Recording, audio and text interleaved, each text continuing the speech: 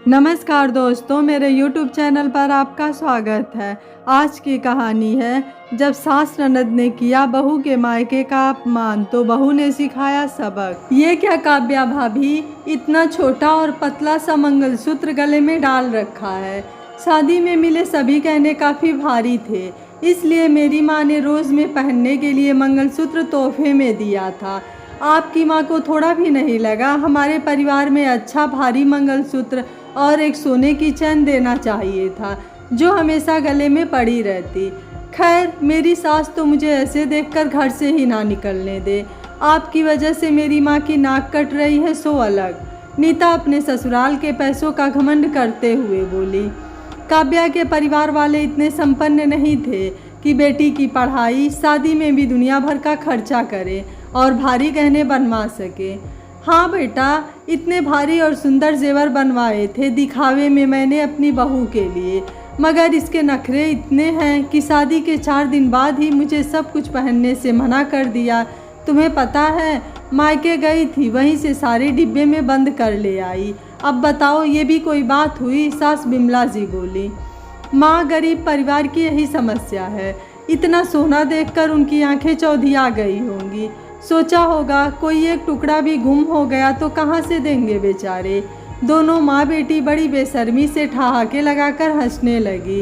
एक ही शहर में ससुराल होने के कारण नीता का जब मन करता मायके आ जाती।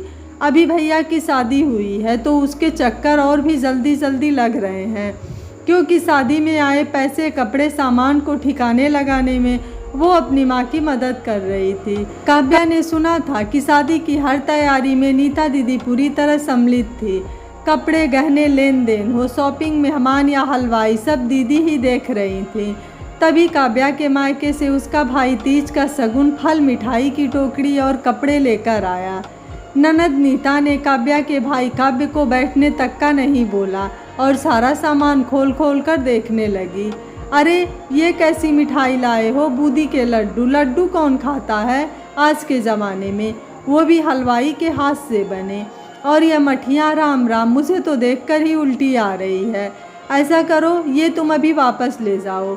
हमारे यहाँ तो काजू कतली से नीचे कोई मिठाई आती नहीं, और ये फल तो बिल्कुल बासी पुराने लग रहे हैं। जाते समय घूरे पर डाल जाना। और ये कपड़े इतने हल्के, अब हम यह किसको देकर अपनी नाक कटवाएंगे? एक काम करना, तुम यह सारा सामान वापस ले जाओ। हम अपनी तरफ से लोगों को एकदम खालिश और भारी सामान देंगे। यह देखो माँ, ₹100 के लिफाफे भेजे हैं। मैंने पहले ही कहा था ऐसे गरीब परिवार में अपना इंजीनियर लड़का मत दो, पर तुम ही थी जो ऐसे लोगों पर इतनी मेहरबानी कर गई। बिमला जी बोले, अरे बेटी, मेरा दिमाग थोड़ी खराब है। वो तो तेरे बाबूजी थे जो अच्छे खानदान की लड़की लाने की जगह अपने सुदामा जैसे गरीब दोस्त की बेटी मेरे इंजीनियर लड़के के मत्थे मढ़ दी। अब बैठकर मेरे साथ हुए धोखे को सोचकर दिन रात रो रही हूँ। अपनी सास और ननद की बात सुन काव्या का खून खौल गया। जब तक वो उसे कुछ कह रही थी उसने सहन किया, मगर अब बात उसके परिवार और उसके भाई से बोली जा रही है। एक लड़की कभी भी अपने मायके की बेइज्जती बर्दाश्त नहीं कर सकती, चाहे अमीर हो या कितनी भी गरीब। माँ ने कहा था बेटी, ससुराल में हमें 4 बातें सुननी ही पड़ती है, इसलिए कोई कुछ भी कहे तो चुपचाप सुन लेना। मगर शादी को सिर्फ 15 दिन हुए हैं, अभी इतने कटाक्ष हैं, तो जो मुझे यहाँ तो जीवन भर रहना है, तो मैं क्या ऐसे ही खून के घूंट पीकर रहती रहूँगी? अपनी और अपने मायके वालों की बेइज्जती यूं ही सहन करती रहूँगी, और जिसमें उनकी गलती हो या ना हो। नहीं, ऐसे ही जीना था तो क्यों मेरे माता पिता ने मुझे पढ़ा लिखा कर इतना काबिल बनाया जहाँ मैं अपनी बात को साफ साफ ना बोल सकूं। नीता दीदी, आप इस तरह मेरे भाई और मेरे मायके से आए सामान की बेइज्जती नहीं कर सकती। अगर आपको यह सामान पसंद नहीं आया तो इसमें गलती आपकी है। मुझे तो मेरे मायके की मिट्टी की खुशबू भी बहुत पसंद है, इसलिए आगे से मेरे घर से आए सामान के बारे में कभी कुछ मत बोलिएगा। माँ जी, आप कौन से धोखे की बात कर रही हैं? मुझे तो लगा था धोखा आपने हम लोगों के साथ किया है, मगर यहाँ तो उल्टा चोर कोतवाल को डांट रहा है। ननद ने इशारा किया। देखो, आते ही मुँह खुल गया महारानी जी का। तुम्हारे कहने का क्या मतलब है बहू? और तुम इस तरह मेरी बेटी से कैसे बात कर रही हो? बिमला जी थमथमाते हुए बोली। वही आपके खालिस सोने और भारी गहनों वाला धोखा जो मैंने पहने बिना डिब्बा बंद कर आपको वापस कर दिए। आज मेरे मायके वालों से रुपया, गहने, महंगा सामान नहीं आया बोल मुझे जलील कर रही हैं। मगर आपने क्या किया? नकली गहनों पर सोने का पानी चढ़वाकर अपने घर की होने वाली बहू को तोहफे में दे दिए। दोनों माँ बेटी एक दूसरे की तरफ देखकर सोचने लगी। हमारे इस राज के बारे में अभी तक किसी को नहीं पता चला था, अब सबके सामने बहू ने खोल कर यह क्या कर दिया? आपका ये राज तो उसी दिन मेरी बुआ ने गहनों को परख कर खोल दिया था, मगर मेरे माँ पिताजी ने बाबूजी की लाश बचाने के लिए उस समय किसी से कुछ नहीं कहा और सारे गहने संभाल कर डिब्बे में बंद कर वापस लौटाने को बोल दिया, जो कि मेरे मायके वालों की गरीबी का नहीं उनके बड़प्पन का सबूत है। अगर ये बात मैं सबको बता दूं तो आप ही बताइए नाक किसकी कटेगी? अचानक पहुंचे ससुर देवराज और पति अमित को देख काव्य ने अपनी नजरें नीची कर ली।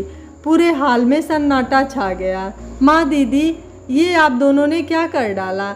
आपने तो मुझसे और बाबूजी से पूरे पैसे लिए थे गहना कपड़ा लत्ता खरीदने के लिए, फिर ये नकली गहने कहाँ से आ गए? गुस्से से पैर पटकते हुए बेटा अमित बोला। बेटा, मुझसे बड़ी भूल हो गई। हमने सोचा दिखावे में सोने के गहने चढ़ाने से क्या फ़ायदा, आखिर बाद में तो सब लॉकर में ही रखे जाते हैं, कुछ दिन पहनकर फेंक देंगे। बस यही बात सोच हमने सोने के पाड़ी चढ़े हुए गहना चढ़ा दिए। बिमला जी अपने पति को देख कांपते हुए बोली। वाह बिमला जी, अगर आज बहू के मुँह से हम सच ना सुनते तो हमेशा यही सोचते कि हमारी पत्नी कितनी समझदार है और बेटी होशियार, जिसने अपने भाई की पूरी शादी कैसे अच्छे से संभाल ली। हमें तो तुम दोनों औरतों पर इतना गर्व था कि क्या बताएं, मगर अब पता चला कि तुम दोनों ने हमारे साथ अविश्वास किया, साथ में मेरी इज्जत भी मिट्टी में मिला दी। गुस्से से देवराज जी बोले।